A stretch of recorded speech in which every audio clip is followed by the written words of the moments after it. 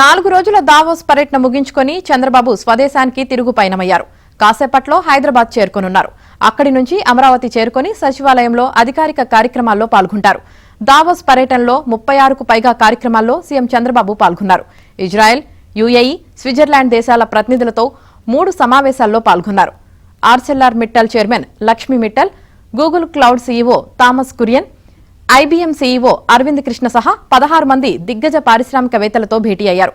ప్రపంచ ఆర్థిక సదస్సులో నిర్వహించిన 9కి పైగా సెషన్స్ సమావేశాల్లో సీఎం చంద్రబాబు పాల్గొన్నారు.